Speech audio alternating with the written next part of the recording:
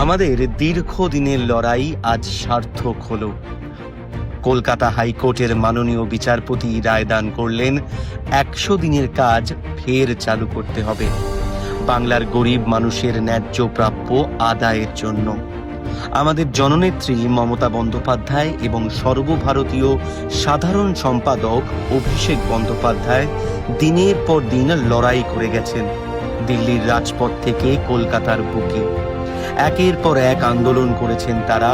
শ্রী অভিষেক বন্দ্যোপাধ্যায় যেমন দিল্লির পুলিশের রসানল উপেক্ষা করে আন্দোলন চালিয়ে গিয়েছিলেন এবং কলকাতার রাজভবনের সামনে ধর্ণা দিয়েছিলেন, তেমনি বাংলার সেই সকল গরিব মানুষের মুখে হাসি ফোটাতে মাননীয় মুখ্যমন্ত্রী মমতা বন্দ্যোপাধ্যায় শুরু করেছেন কর্মশ্রী প্রকল্প।